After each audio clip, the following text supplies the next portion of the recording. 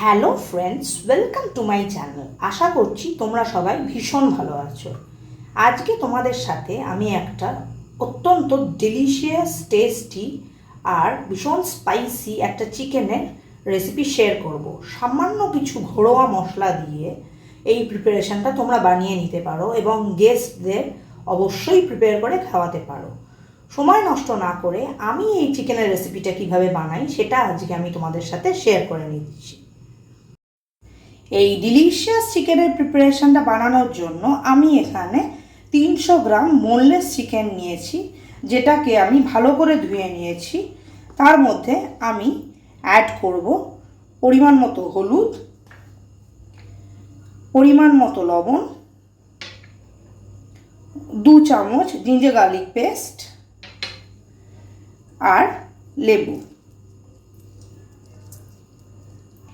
এটাকে দিয়ে আমি ভালো করে চিকেনটাকে মেখে নিয়ে আমি এটাকে 15 মিনিটসের জন্য ম্যারিনেট করে রেখে দেব।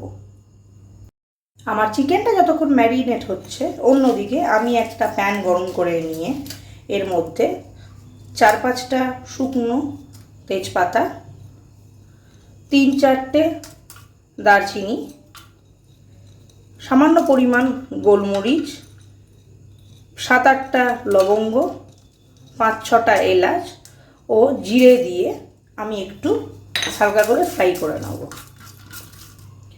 আর এটার মধ্যে শেষে আমি পরিমাণ মতো নুন দিয়ে একটু ফ্রাই করে নেব, যেটাকে আমি পরে মিক্সিং জারে দিয়ে একটা ডাস্ট বানিয়ে নেব। মশলাটা আমি মিক্সিং জারে ট্রান্সফার করে নিয়েছি, তোমরা দেখতে পাচ্ছ। এর মধ্যে আমি অ্যাড করব 2 চামচ কাশ্মীরি মির্চি, আর এটাকে আমি একটা ফাইন পেস্ট বানিয়ে নেব। আমার ড্রাই মশলাটা আমি মিক্সিং জারে ব্লেন্ড করে নিয়েছি, তোমরা দেখতে পাচ্ছ। এবার এখান থেকে আমি 1 চামচ মতো একটা বাটিতে সরিয়ে নেব এবং বাকি যে মিক্সচারটা আছে তার মধ্যে আমি 8-10টা মতো রসুন দিয়ে আবার একবার ব্লেন্ড করে একটা পেস্ট বানিয়ে নেব। অন্যদিকে আমি একটা কড়াতে পরিমাণ মতো তেল নিয়ে নিয়েছি এবং 3টে মিডিয়াম সাইজ পেঁয়াজকে কেটে তার মধ্যে ফ্রাই করে দেব। আমি একটু ফ্রাই করে নেবো যতক্ষণ না পেঁয়াজের কালারটা চেঞ্জ হচ্ছে। এখানে পেঁয়াজটার কালার চেঞ্জ হয়ে গেছে। এবার আমি আগে থেকে ম্যারিনেট করে রাখা যে চিকেনটা ছিল সেটাকে এর মধ্যে দিয়ে দেবো এবং এটাকে 4-5 মিনিটের জন্য কুক করে নেব, যতক্ষণ না চিকেনটা থেকে জল ছাড়ছে। আমার চিকেনটা জল ছাড়তে শুরু করেছে। এবার আমি আগে থেকে ভেজে রাখা মশলাগুলো দিয়ে আর রসুন দিয়ে যে পেস্টটা বানিয়েছিলাম সেটাকে এর মধ্যে দিয়ে দেব, দিয়ে এটাকে ভালো করে মিশিয়ে নেব।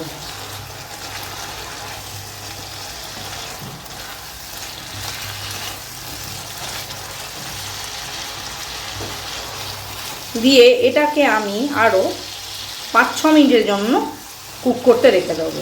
এই রান্নাটায় আমরা অ্যাডিশনাল কোনো জল ব্যবহার করব না, জাস্ট চিকেন থেকে যেই জলটা বেরোবে সেই জলেই এই রান্নাটা হবে। আমার চিকেনটা রেডি হয়ে গেছে, তোমরা দেখতেই পাচ্ছ। খুব সুন্দর একটা স্মেল, টেক্সচার আর কালার এসছে। এবার এটাকে আমি গার্নিশ করে প্লেটিং করে তোমাদের দেখাচ্ছি। আমার চিকেনটা রেডি হয়ে গেছে, তোমরা দেখতেই পাচ্ছ। এটাকে আমি আগে থেকে যে 1 চামচ ভাজা মশলা তুলে রেখেছিলাম ওটা দিয়ে দেবো, আর গার্নিশ করার জন্য আমি কিছু ধনেপাতা ব্যবহার করব। রেসিপিটা তোমাদের কেমন লাগলো অবশ্যই জানাবে। রিকোয়েস্ট করব, একবার হলো বাড়িতে গেস্ট এলে এই ভিন্ন স্বাদের চিকেনটা বানাবে আর আমাকে কমেন্টে অবশ্যই লিখে জানাবে প্রিপারেশনটা কেমন লাগলো তোমাদের। রিকোয়েস্ট করব চ্যানেলটাকে লাইক, শেয়ার, কমেন্ট ও সাবস্ক্রাইব করার জন্য। Till then, take care, bye by.